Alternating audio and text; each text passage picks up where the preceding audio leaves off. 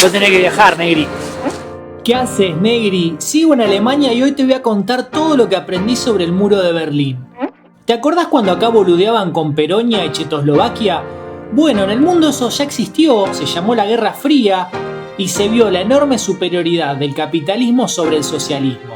Estamos recorriendo parte de lo que fue el muro de Berlín.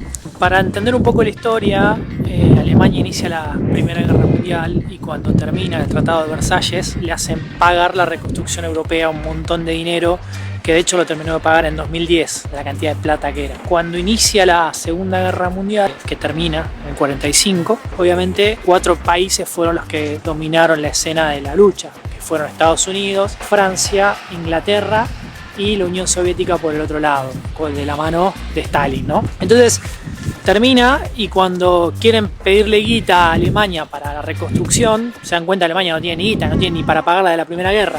Entonces agarra y se dividen los territorios de Berlín para tratar de reconstruirlos. Hay una parte que estaba el este y estaba el oeste. La parte del este la agarra toda la parte de la Unión Soviética y la parte del oeste la agarra Inglaterra, Estados Unidos y Francia, cada uno con su parte. Y Estados Unidos desarrolla el plan Marshall, con el que empieza a recomponer las economías que estaban devastadas por la guerra. O sea, básicamente los países hacen una ocupación como para decir, bueno, mira, no tenés plata, por lo menos me quedo con tu fábrica, me quedo con tu mano de obra para producir cosas, algo te saco. Básicamente era eso. El tema es que empezaron a tratar de ponerse de acuerdo para ver cuál era el régimen económico que iban a tener y no se pudieron poner de acuerdo porque claro, chocaba el capitalismo contra el comunismo, eran diferentes formas de organizaciones. Entonces se pelean y al principio dicen, ok, vamos a dividirnos. Hacen como una división en la que la gente al principio de un lado, de la parte comunista, iba a trabajar a la parte capitalista y viceversa. A medida que se ha ponido todo más rígido, el comunismo levanta el muro de Berlín. Esto es un datazo, digo, no lo levantaron todos, lo levantó el comunismo porque la gente de su lugar se iba a trabajar al lado capitalista porque empezaba a ser más próspero. Lo que empezó a pasar es que se fue reforzando cada vez más los controles porque la gente se quería ir, no quería vivir en el lado comunista. Entonces tenían que forzar a la gente que se quede. Entonces los mataban, se cruzaban, no podían pasar, no podían ver sus familias, se empezó a poner cada vez más heavy. Únicamente se puede sostener a largo plazo con el uso de la violencia y la represión para restringir la libertad de las personas. Pero también tiene que ver con entender que el capitalismo logró desarrollar Alemania de posguerra mucho más rápido que la parte comunista. El muro de Berlín bordeaba Alemania Federal y tenía 120 kilómetros de largo. Fue teniendo distintas instancias, al comienzo eran solo unos alambres, pero la gente se fugaba. Luego era un muro bajo, pero la gente le buscaba la vuelta y se arriesgaba a cruzar.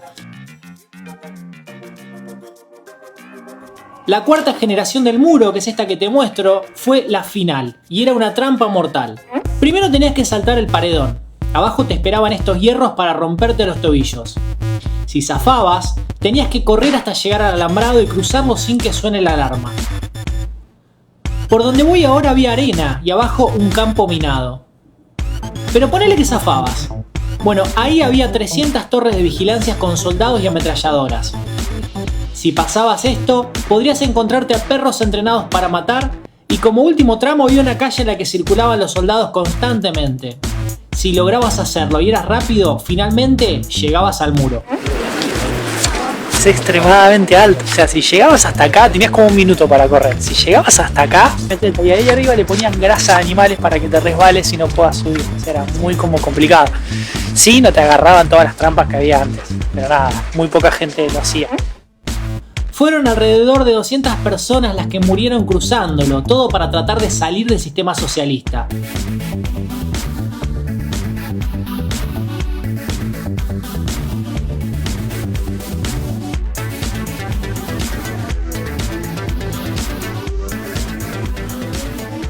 Ese que ves ahí era Peter Fletcher, un pibe que se lanzó a cruzarlo junto a un amigo y cuando estaban en la última etapa les dispararon. Su amigo pasó, pero él cayó herido de bala para el corredor de la muerte. De a poco los vecinos se agruparon del otro lado y les exigieron a los soldados que los salven. Ellos decidieron no hacer nada y después de una agonía de 50 minutos murió. Esto quedó plasmado en la canción de Nino Bravo llamado Libre. Después de esto volví a escucharla y prestá mucha atención a la letra. Estamos recorriendo las estaciones fantasmas. Lo que empezó a pasar, que hay muchas líneas de subte que cruzan ambos lados de Berlín. Entonces la parte comunista lo que hizo, se empezó a dar cuenta que la gente viajaba de un lado al otro y se escapaba por acá. Entonces se empezó a cerrar las estaciones, a tapiarlas. Pero con el tiempo muchos empezaron a entrar por los conductos de ventilación. Los trenes pasaban de un lado al otro, pero no frenaban en estas estaciones. O sea, pasaban del lado occidental al lado occidental, pero no frenaban esta parte porque una parte es del lado oriental. Entonces, generalmente estaban vacías. Entonces le empezó a llamar estaciones fantasmas a esto, porque generalmente no había nadie, estaban todas tapiadas, no había nadie, y se mantienen de la misma manera como para recordar un poco cómo era en ese momento. Estoy en la parte del muro del lado socialista y voy a pasar para el lado capitalista, que es este. Estoy atravesando el muro. Acá estoy en el lado capitalista y te voy a contar de qué trata el capitalismo. Bueno, el capitalismo es un sistema económico que surgió en la Revolución Industrial y que ha permitido en todo el mundo la mayor reducción de pobreza de la historia. Ha posibilitado los mayores avances tecnológicos que han mejorado sustancialmente nuestro día a día y han logrado sumar años a la esperanza de vida. El sistema se basa en la propiedad privada de los medios de producción, garantizando la libertad de los individuos de producir y de consumir. Lo interesante es que acá premian a la gente exitosa y los alientan a ir para adelante, arriesgando su dinero para crear riquezas, que a su vez generan sociedades más ricas, con más trabajo para que la gente pobre pueda salir de la pobreza. O sea, alguien que en su egoísta búsqueda de bienestar personal es totalmente solidario con el prójimo, otorgándole un trabajo, generando productos nuevos que mejoran las vidas y financiando un Estado que colabora con el bienestar de la sociedad. Una de las falacias más grandes es asociar al capitalismo con el libre mercado. Hoy todos los países tienen distintos tamaños de Estado, pero los que eligen versiones más reducidas son los que logran el mayor bienestar para su sociedad.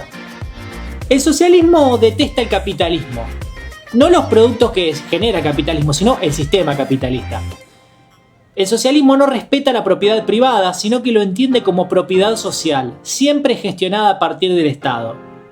Este mural que encontré lo representa bien. El empresario junto a gente renacionalista y con los trabajadores. Al socialismo siempre le encanta pararse como dueño de los trabajadores y la única fuerza que puede hablar en nombre de ellos. Acá está lleno de artistas, siempre el socialismo tiene artistas, y todos cantan felices. Mientras se adoctrinan las escuelas a los niños siempre a adorar a un líder supremo, al que hay que agradecerle por tomar dinero de otra gente y redistribuirlo. Los trabajadores súper felices trabajando junto a un Estado que tiene políticos de dudosa capacidad técnica para planificar la economía. O sea, las decisiones de mercado no las toman los exitosos de la sociedad, sino los políticos. Pero así, como el cartel, es una fantasía.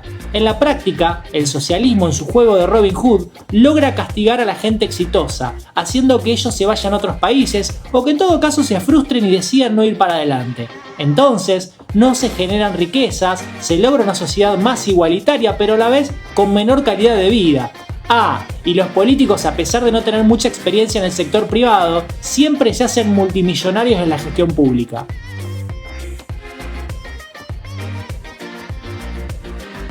El final de las dos Alemanias ya lo conocemos, una conferencia de prensa en la que se dice que se va a empezar a flexibilizar el paso y de repente millones de alemanes que corren con picos y martillos a ambos lados del muro para derribarlo. Parece un chiste que la caída de la Unión Soviética sea con martillos.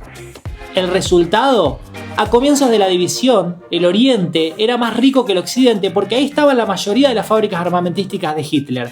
Pero pasó el socialismo y cuando cae el muro, la Alemania capitalista tenía 3 veces el PBI per cápita de la socialista, con mayor esperanza de vida y menor pobreza. Una destrucción de capital tan grande que al día de hoy los salarios siguen siendo más bajos en el este. Mirá este gráfico cómo te muestra la superioridad en PBI, crecimiento, menor desempleo, mayores salarios y mayor productividad. Y está bueno que esto se sepa y que haya pasado en la historia para saber que no tenemos que caer nunca más en una división así, porque a veces joden con esto de Checoslovaquia y Peronia y construyamos un muro, pero pasaría eso. O sea, la gente se quisiera ir de un lado al otro y habría una parte más próspera que otra y no funcionaría. Y ya sabemos por qué pasó acá, en este muro que estuvimos viendo acá atrás. La conclusión es simple: un mismo país, una misma sociedad y dos sistemas.